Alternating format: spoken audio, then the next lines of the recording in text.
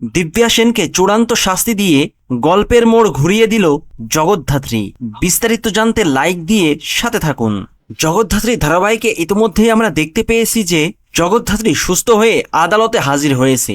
আর আদালতে হাজির হয়ে জগদ্ধাত্রী হুইল চেয়ার থেকে উঠে দাঁড়িয়ে কাঠগড়ায় দাঁড়িয়ে দিব্যা সেনের দিকে আঙুল তুলে দিব্যা সেনকে খুনি বলে আখ্যায়িত করে। জগদ্ধাত্রী দিব্যা সেনের দিকে আঙুল তুলে বলতে লাগে, এই দিব্যা সেনের কথাতেই সেদিন হসপিটালের ডাক্তাররা তাকে খুন করতে চেয়েছিল।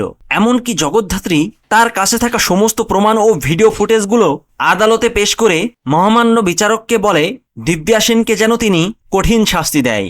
আর জগদ্ধাত্রীর কথা মতো সমস্ত তথ্য প্রমাণের ভিত্তিতে জজ সাহেব দিব্যা সেনকে যাবজ্জীবন কারাদণ্ডে দণ্ডিত করে। আর জগদ্ধাত্রী এই অসাধ্য সাধন করেছে কৌশিক মুখার্জির পরিকল্পনা ও দুর্গার অদম্য প্রচেষ্টায়। কিন্তু কথা হচ্ছে, আসল অপরাধী দিব্যা সেন শাস্তি পেলেও জগদ্ধাত্রী ও দুর্গা যে তাদের জীবন থেকে 20-21টা বছর হারিয়ে ফেলল, সেই 20-21টা বছর তারা কিভাবে ফিরে পাবে? এই 20-21টা বছর যে জগদ্ধাত্রী ও দুর্গা একে অপরকে ছাড়া কাটিয়েছে, জগদ্ধাত্রী যে তার মেয়েকে ছাড়া আর দুর্গা যে তার মায়ের ভালোবাসা ছাড়া এত বছর কাটিয়েছে, এই ক্ষতটা কে পূরণ করবে?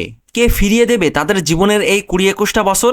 তার উত্তর হয়তো কারো কাছেই নেই। তবে তারা এবার সবকিছু ভুলে গিয়ে আসল অপরাধীদের শাস্তি দিয়ে নতুনভাবে জীবন শুরু করবে। নতুন আশা, নতুন আলো আর নতুন ভালোবাসার গল্প। এভাবেই শুরু হবে জগদ্ধাত্রী ধারাবাহিকের আগামী পর্বগুলো। আর এই সমস্ত আবেগঘন মুহূর্তগুলো মিস করতে না চাইলে চোখ রাখুন জগদ্ধাত্রী ধারাবাহিকের আগামী পর্বগুলোতে। ভিডিওটি ভালো লাগলে লাইক ও শেয়ার করুন আর চ্যানেলটিকে সাবস্ক্রাইব করে সাথে থাকুন। ধন্যবাদ।